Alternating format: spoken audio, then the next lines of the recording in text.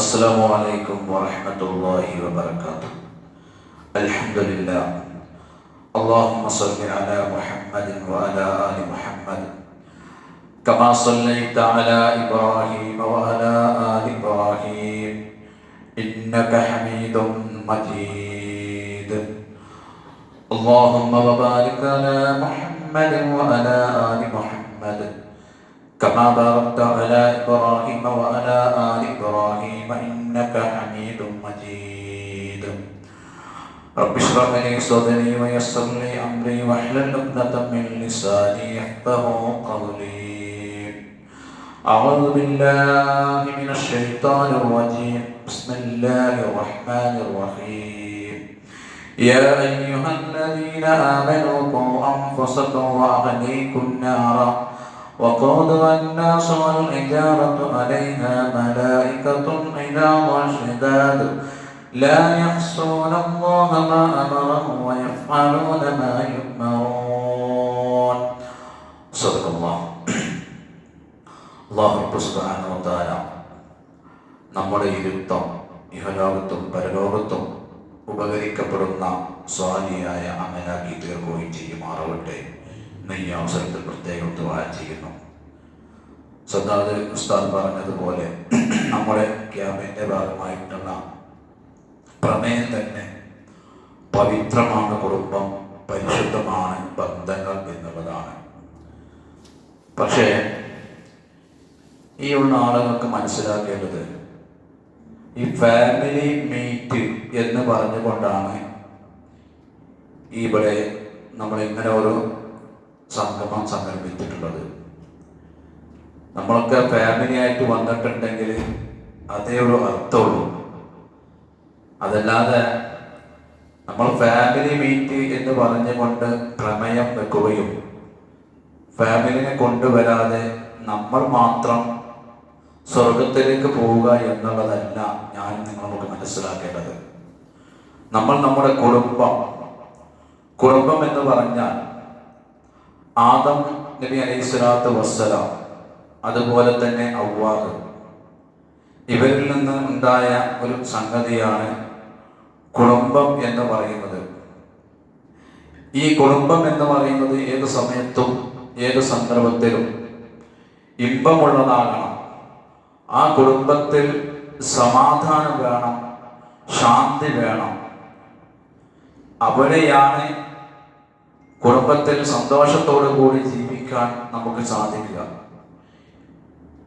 കുടുംബം എന്താണെന്ന് പോലും അറിയാതെ നമ്മൾ വിചാരിക്കും നമുക്ക് ഒരു വീടുണ്ട്, വീട് മാത്രം പോരാ, നമ്മൾ മാത്രം പോരാ, നമുക്ക് ഭാര്യ വേണം, മക്കൾ വേണം. ഇങ്ങനെ പല നിലക്കും ആലോചിക്കുമ്പോൾ അവിടെയാണ് കുടുംബ ഭദ്രത നമ്മൾ സൂക്ഷിക്കേണ്ടത്. ഇന്നലെ എന്നോടൊരു സുഹൃത്ത് പറയുകയുണ്ടായി, ഞങ്ങൾ ഒരുമിച്ച് ഇങ്ങനെ സംസാരിച്ചുകൊണ്ടിരിക്കുന്ന സമയത്ത് ഒരു സ്കൂൾ അധ്യാപകനാണ്, എല്ലാ മേഖലയിലും ദീനീ സേവനത്തെ പ്രവർത്തിച്ചു കൊണ്ടിരിക്കുന്ന എൻ്റെ ഒരു സുഹൃത്ത്. അദ്ദേഹം കല്യാണം കഴിഞ്ഞു, 9 വർഷത്തോളമായി കല്യാണം കഴിഞ്ഞ് 1-2 ആഴ്ചകൾ മാത്രമാണ് ഇദ്ദേഹത്തിൻ്റെ കൂടെ ജീവിക്കാൻ കഴിഞ്ഞത്. പിന്നെ ഒരു നിലക്കും ആ ഒരു ജീവിതം മുന്നോട്ട് പോകാൻ പറ്റാത്ത ഒരു അവസ്ഥയിലായി. അങ്ങനെ അതിനെ ഒഴിവാക്കുകയും ചെയ്തു. ഇതുവരെ അദ്ദേഹത്തിന് ഒരു കല്യാണം പോലും നടന്നിട്ടില്ല എന്നുള്ളതാണ്. അപ്പൊ അദ്ദേഹം എന്നോട് പറഞ്ഞ ഒരു സംഭവമുണ്ട്, ഞാനും നിങ്ങളുമൊക്കെ ആലോചിക്കേണ്ട വിഷയമാണ്. അദ്ദേഹം പറഞ്ഞു, ഹമീദെ, നിന്റെ ഒക്കെ ഒരു സുഖം എന്ത് സുഖമാണ്, നിനക്ക് വീടുണ്ട്, ഭാര്യയുണ്ട്, മക്കളുണ്ട്. എന്നെ സംബന്ധിച്ചിടത്തോളം എനിക്ക് ജോലിയുണ്ട്, ദീനിയായിട്ട് നടക്കുന്ന ഒരു മനുഷ്യനാണ് ഞാൻ. എനിക്ക് സ്വന്തമായി 10 സെന്റ് സ്ഥലമുണ്ട്, 2 നില വീടുണ്ട്. പിന്നെ അതുപോലെ തന്നെ എനിക്ക് സർക്കാർ ജോലിയാണ്. ഇതൊക്കെ ഉണ്ടായിട്ടും എന്താണ് കാര്യം? എനിക്ക് കുടുംബമില്ല, ഭാര്യയില്ല, മക്കളില്ല. അവിടെയാണ് നമ്മൾ ആലോചിക്കേണ്ടത്. സ്വന്തമായിട്ട് ഒരു ഭാര്യയും മക്കളും എല്ലാം ഉണ്ടാകുമ്പോൾ അവിടെ ഉണ്ടാകുന്ന ഒരു സമാധാനം, ഒരു ശാന്തി, സ്വസ്ഥത എത്രയായിരിക്കും എന്നുള്ളതാണ് ഞാനും നിങ്ങളുമൊക്കെ മനസ്സിലാക്കേണ്ടത്. കുടുംബത്തിൽ ഏത് സമയത്തും സന്തോഷമുണ്ടാകണം. ചില കുടുംബത്തിലൊക്കെ പോയി കഴിഞ്ഞാൽ നമുക്ക് കാണാൻ സാധിക്കും ഏത് സമയത്തും ബഹളവും അതുപോലെ തന്നെ പല രൂപത്തിലുള്ള പ്രവർത്തനങ്ങളും നടന്നുകൊണ്ടിരിക്കുന്ന ചില കുടുംബത്തെ നമുക്ക് കാണാൻ സാധിക്കും. ഇത് യഥാർത്ഥത്തിൽ ഖുർആനുമായിട്ടുള്ള ബന്ധം, ഇസ്ലാമുമായിട്ടുള്ള ബന്ധം എന്താണ് എന്ന് അറിയാത്തതിന്റെ കാരണം ഉണ്ടാകുമ്പോഴാണ് അവർക്ക് കുടുംബം എന്താണ് എന്ന് പോലും, കുടുംബത്തിന്റെ സാഹചര്യം എന്താണെന്ന് പോലും അവർക്ക് മനസ്സിലാക്കാൻ സാധിക്കാത്തത് എന്താണ്. അതുകൊണ്ട് വിശ്വാസികളെ, നമ്മൾ മാത്രം സ്വർഗത്തിൽ പോയാൽ പോരാ, ഞാൻ മാത്രം സ്വർഗത്തിൽ പോയാൽ പോരാ. എൻ്റെ ഭാര്യയ്ക്ക് സ്വർഗത്തിൽ പോകണം, എൻ്റെ മക്കൾക്ക് സ്വർഗത്തിൽ പോകണം, എൻ്റെ കുടുംബത്തിൻ്റെ സ്വർഗത്തിലേക്ക് പോകണം. ഇത് നമ്മൾ മനസ്സിലാക്കുമ്പോൾ, നമ്മൾ പള്ളിയിൽ വരുമ്പോൾ നമ്മുടെ ഭാര്യയെയോ കുട്ടികളെയോ ഒക്കെ പള്ളിയിലേക്ക് കൊണ്ടുവരാനുള്ള ഒരു മനസ്സ് നമുക്കുണ്ടെങ്കിൽ അവിടെയാണ് യഥാർത്ഥത്തിൽ കുടുംബത്തിൽ ഒരു സമാധാനം, ശാന്തി, ഐശ്വര്യം, ബർക്കത്ത് അവിടെ നമുക്കുണ്ടാകുന്നത്. നമുക്ക് സാധിക്കണം. അതല്ലാതെ നമ്മളിങ്ങനെ കുത്തുവ കേട്ട് പോകുന്നു. ഭാര്യ തന്നെ ശിർക്കും വിദ്അത്തും ഖുറാഫാത്തും ചെയ്യുന്ന ഒരു ഭാര്യയുടെ അടുത്ത് നമുക്ക് എങ്ങനെ ജീവിക്കാൻ കഴിയുമെന്നുള്ളതാണ്. നമുക്ക് തൗഹീദിന്റെ അടിത്തറയോടെ ജീവിക്കുന്ന ഒരു മനുഷ്യനെ സംബന്ധിച്ചിടത്തോളം നമുക്ക് കൃത്യമായി തൗഹീദിന്റെ ഓരോ ഭാഗങ്ങളും അവൾക്ക് പറഞ്ഞു കൊടുത്ത് പള്ളിയിലേക്ക് കൊണ്ടുവരാൻ, ഖുർആൻ ക്ലാസ്സിലേക്ക് കൊണ്ടുവരാൻ, അതുപോലെ തന്നെ മറ്റുള്ള പൊതുപരിപാടികൾക്ക് പങ്കെടുക്കാനുള്ള ഒരു മനസ്സ് നമുക്ക് പറഞ്ഞു കൊടുക്കാൻ കഴിഞ്ഞാൽ അത് തന്നെ ധാരാളമാണ്. ഇന്ന് കുറെ പണം ഉണ്ടായിട്ടെന്ത കാര്യം, അതുപോലെ തന്നെ വലിയ വലിയ കൊട്ടാരങ്ങൾ ഉണ്ടായിട്ടെന്ത കാര്യം, ഒരുപാട് സമ്പത്തുണ്ടായിട്ടെന്ത കാര്യം, കുടുംബത്തിൽ സമാധാനമില്ലെങ്കിൽ എല്ലാം പോയി. ആലോചിക്കണം, നമ്മൾ ഇപ്പോഴും പ്രയാസപ്പെട്ട് ജീവിക്കുന്ന ഒരുപാട് കുടുംബങ്ങളെ നമുക്ക് കാണാൻ സാധിക്കും. അതുകൊണ്ട് ഈ ഉള്ള ഞാനും നിങ്ങളൊക്കെ മനസ്സിലാക്കുന്നതാ, നമ്മൾ വെള്ളിയാഴ്ച ഒരു ദിവസമെങ്കിലും പള്ളിയിലേക്ക് ഖുതുബ കേൾക്കാൻ പോകുമ്പോൾ നമുക്ക് തോന്നണം, ഞാൻ മാത്രം സ്വർഗത്തിൽ പോയാൽ പോരാ, എൻ്റെ ഭാര്യയ്ക്ക് സ്വർഗത്തിലേക്ക് പോകണം, എൻ്റെ മക്കൾക്ക് സ്വർഗത്തിലേക്ക് പോകണം. അതുകൊണ്ട് എൻ്റെ ഭാര്യയെ ഞാൻ പള്ളിയിലേക്ക് കൊണ്ടുപോകട്ടെ. സ്ത്രീകളെ സംബന്ധിച്ചിടത്തോളം നിർബന്ധമില്ലെങ്കിലും, നിർബന്ധമല്ല സ്ത്രീകളെ സംബന്ധിച്ചിടത്തോളം പള്ളിയിൽ വരിക എന്നുള്ളത്, പക്ഷെ സുന്നത്ത് എടുക്കുക എന്നുള്ളതാണ്. ആ സുന്നത്തിന് നമ്മൾ പ്രാധാന്യം കൽപ്പിക്കണം, അല്ലെ? നമ്മൾ പ്രാധാന്യം കൽപ്പിക്കണം സുന്നത്തിന്. അതല്ലാതെ സ്ത്രീകൾക്ക് നിർബന്ധമില്ലല്ലോ പള്ളി എന്ന് പറഞ്ഞുകൊണ്ട് അവളെ പിടിച്ചു വലിച്ചു കൊണ്ടുവരാൻ കഴിയില്ല എന്നുള്ളതാണ്. സുന്നത്തിന് നമ്മൾ പ്രാധാന്യം കൊടുക്കണം. ഭാര്യനോട് പറയാം, ആഴ്ചയിൽ ഒരു ദിവസമെങ്കിലും പള്ളിയിൽ വന്ന ഖുതുബ കേട്ട്. അതുപോലെ തന്നെ ഇന്ന് മിക്കവാറും സ്ത്രീകളും പള്ളിയിൽ വരുന്നത് എപ്പോഴാണ്? നമ്മുടെ പള്ളിയിൽ വരുന്ന, നമ്മളെ ആദർശത്തിൽ നിൽക്കുന്ന പല സ്ത്രീകളും പള്ളിയിൽ വരുന്നത് വർഷത്തിൽ 2 പ്രാവശ്യമാണ്, അല്ലെ? ഒന്ന് റമദാൻ വന്നു കഴിഞ്ഞാൽ തറാവി നമസ്കാരത്തിന്, അതുപോലെ തന്നെ പിന്നെ രണ്ടാമത് വരുന്നത് പെരുന്നാൾ നമസ്കാരത്തിന്. ഈ 2 സമയങ്ങളിലും ഒരുപാട് സ്ത്രീകളെ നമുക്ക് പള്ളിയിൽ നിന്ന് കാണാൻ കഴിയും. ആ ഒരു സ്ത്രീകൾ തന്നെയല്ലേ നമ്മുടെ കൂട്ടത്തിലുള്ളത്, നമ്മുടെ കുടുംബത്തിലുള്ളത്. നമ്മുടെ മനസ്സ്, നമുക്ക് തോന്നണം നമ്മുടെ ഭാര്യയെയും മക്കളെയും പള്ളിയിലേക്ക് കൊണ്ടുവരാം. അതിന് ആദ്യം ഇഖ്ലാസ് വേണം. നമ്മുടെ ഹൃദയത്തിൽ ഈമാൻ തട്ടണം. ആ ഈമാൻ ഉണ്ടെങ്കിൽ മാത്രമാണ് നമ്മുടെ ഭാര്യയെയും മക്കളെയും പള്ളിയിലേക്ക് കൊണ്ടുവരാൻ നമ്മുടെ മനസ്സ് സാധിക്കുകയുള്ളൂ എന്നുള്ളതാണ്. പിന്നെ നമുക്കറിയാം, ഇബ്രാഹിം നബി അലൈഹി സ്വലാത്തു വസ്സലാം, അതുപോലെ തന്നെ ഇസ്ഹാഖ് അലൈഹി സ്വലാത്തു വസ്സലാം, ഇങ്ങനെ ഇവരുടെയൊക്കെ കുടുംബ ജീവിതം പരിശോധിച്ച് നോക്കുകയാണെങ്കിൽ വളരെ വളരെയധികം നല്ല ഒരു ജീവിതമായിരുന്നു അവരുടെ കുടുംബ ജീവിതം എന്നുള്ളതാണ് ചരിത്രം നമ്മെ പഠിപ്പിച്ചു തരുന്നത്. അതുകൊണ്ട് നമുക്ക് സ്വർഗത്തിലേക്ക് പോകണം, നമ്മുടെ ഭാര്യയ്ക്ക് സ്വർഗത്തിലേക്ക് പോകണം, മക്കൾ സ്വർഗത്തിലേക്ക് പോകണം, അല്ലെ? ഇതാണ് നമുക്ക് മനസ്സിലാക്കേണ്ടത്. അതുപോലെ തന്നെ നമ്മുടെ ശരീരത്തെ നമ്മൾ കാക്കണം, നരകത്തിലേക്ക് പോകരുത്. നമ്മുടെ ഓരോ കാൽവഴിയും, നമ്മുടെ ഓരോ ശരീരങ്ങളും ഏത് നിലയിലാണ് നമ്മൾ ഉപയോഗപ്പെടുത്തിയത് എന്ന് അല്ലാഹു സുബ്ഹാനഹു വ തആല നമ്മോട് ചോദിക്കുമ്പോൾ നമുക്ക് മറുപടി പറയാൻ കഴിയണം. അതുകൊണ്ട് നമ്മൾ ചെയ്യുന്ന ചെറുതാവട്ടെ വലുതാവട്ടെ സൽക്രമങ്ങൾ ഉണ്ടെങ്കിൽ ആദ്യമായിട്ട് നമുക്ക് വേണ്ടതെന്താ? നിയ്യത്താണ്.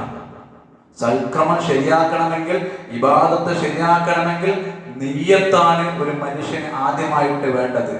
ഇന്ന് നമ്മൾ ക്ലാസ്സിലേക്ക് പങ്കെടുത്തവരാണ്. അള്ളാഹുവിന്റെ ഭവനത്തിലേക്ക് വന്ന് ജമാഅത്ത് നമസ്കാരം നിർവഹിച്ച് ഈ ക്ലാസ്സിലേക്ക് നല്ല ഉദ്ദേശത്തോടു കൂടി ഇരുന്നവരാണ് ഞാനും നിങ്ങളൊക്കെ. നമ്മുടെ മനസ്സിലുണ്ട് നല്ല അള്ളാഹുവിന്റെ വചനം കേൾക്കാൻ വേണ്ടി, അള്ളാഹുവിന്റെ ദീനിനെ കുറിച്ച് പഠിക്കാൻ വേണ്ടിയാണ് ഞാൻ പള്ളിയിലേക്ക് പോയത് എന്ന് മനസ്സിൽ ഉണ്ടെങ്കിൽ ആ ഉദ്ദേശമാണ് അള്ളാഹു സ്വീകരിക്കുന്നത്. അതല്ലാതെ എല്ലാവരും ക്ലാസ്സിൽ ഇരിക്കുമ്പോൾ, എല്ലാവരെയും ആളുകൾ വിളിക്കുമ്പോൾ ഞാൻ മാത്രം എങ്ങനെ പോയിട്ടില്ല എന്ന് ചോദിക്കുമ്പോൾ ഞാൻ എങ്ങനെ പോകാതിരിക്കും എന്ന് വിചാരിച്ചുകൊണ്ടാവരുത് നമ്മുടെ മനസ്സ്. അങ്ങനെ ഉണ്ടാവുന്ന ഒരു മനസ്സായി മാറരുത്. നമ്മൾ ചെറുതാവട്ടെ വലുതാവട്ടെ എത്രമാനെ കാര്യമാവട്ടെ ചെയ്യുന്നുണ്ടെങ്കിൽ അത് ഇഖ്ലാസോടുകൂടി ആത്മാർത്ഥതയോടുകൂടി ആയിരിക്കണം നമ്മൾ ചെയ്യേണ്ടത്. ഇന്നമൽ അഅ്മാലു ബിന്നിയാത്ത്. നിയ്യത്ത് ഇല്ലാത്തവന്റെ ഒരു സൽക്രമം അള്ളാഹു സ്വീകരിക്കുകയില്ല. അത് നമസ്കാരമാവട്ടെ, വുളൂആവട്ടെ, ഏതുമാവട്ടെ. ഇപ്പോൾ വുളൂ എടുക്കുകയാണെങ്കിൽ ബിസ്മി പറഞ്ഞുകൊണ്ടായിരിക്കണം നമ്മൾ വുളൂ എടുക്കേണ്ടത്. ഇങ്ങനെ ഓരോ നിബന്ധനകളും റസൂലുള്ളാഹി സ്വല്ലല്ലാഹു അലൈഹി വസല്ലം നമുക്ക് പഠിപ്പിച്ചു തരികയുണ്ടായി. അതുകൊണ്ട് വിശ്വാസികളെ, നമ്മൾ കുടുംബം എന്ന് പറയുമ്പോൾ അത് ഭദ്രമാക്കുന്ന കുടുംബമായി മാറണം. നമ്മൾ കുടുംബത്തിലേക്ക് കയറി ചെല്ലുമ്പോൾ, നമ്മുടെ വീട്ടിലേക്ക് കയറി ചെല്ലുമ്പോൾ നമുക്കൊരു സമാധാനം ഉണ്ടാവണം. ഭാര്യയോട് നല്ല വാക്ക് പറയാനുള്ള ഒരു മനസ്സ് നമുക്ക് ഉണ്ടാവണം. അതുപോലെ തന്നെ ഭാര്യയ്ക്ക് നമ്മോട് നല്ലൊരു സംസാരം, നല്ലൊരു മര്യാദയോടുകൂടി പെരുമാറാനുള്ള ഒരു മനസ്സ് അവൾക്കുണ്ട് എങ്കിൽ അവിടെയാണ് കുടുംബബന്ധം എന്ന് നമ്മൾ മനസ്സിലാക്കുക. അതുകൊണ്ട് ഇത്രയും കാര്യങ്ങൾ പറഞ്ഞുകൊണ്ട് ഈ ഒരു അവസരത്തിൽ ഞാൻ അവസാനിക്കുകയാണ്. അല്ലാഹു സുബ്ഹാനഹു വ തആല നമ്മുടെ ചെറുതും വലുതുമായ എല്ലാ സൽക്രമവും സ്വീകരിക്കപ്പെടുന്ന അമലാക്കി തീർക്കുകയും ചെയ്യുമാറാവട്ടെ. ربنا هب لنا من ازواجنا وذرياتنا قرة اعين واجعلنا للمتقين اماما. ربنا آتنا في الدنيا حسنة في الآخرة حسنة وقنا عذاب النار. اللهم يا مقلب القلوب ثبت قلوبنا على دينك. اللهم يا مقلب القلوب ثبت قلوبنا على دينك. ربنا آتنا في الدنيا حسنة في الآخرة حسنة وقنا عذاب النار. آمين آمين برحمتك يا أرحم الراحمين. السلام عليكم ورحمة الله وبركاته.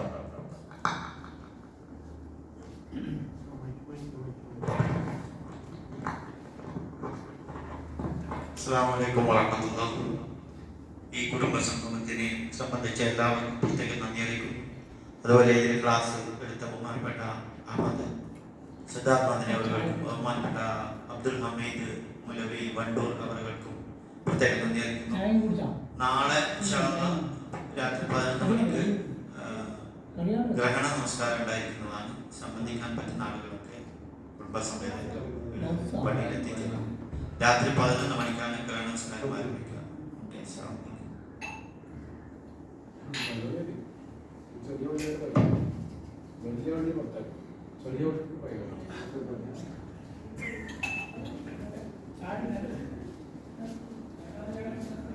അതെ വലിയ വണ്ടിയിൽ 10:30, നമ്മള് ചെറിയ വണ്ടി അവിടെ പതിനൊന്ന്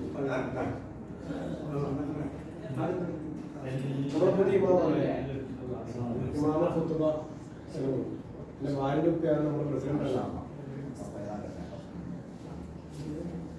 മൂപ്പര് ഫണ്ട് വരും. മൂപ്പര് നമ്മുടെ തൊട്ടടുത്ത പ്രദേശത്തെ ഫണ്ടേ നമ്മളാണ്.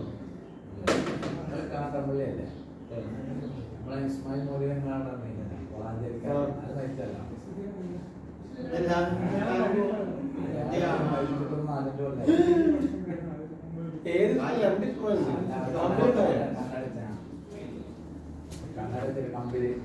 കണ്ടിട്ട്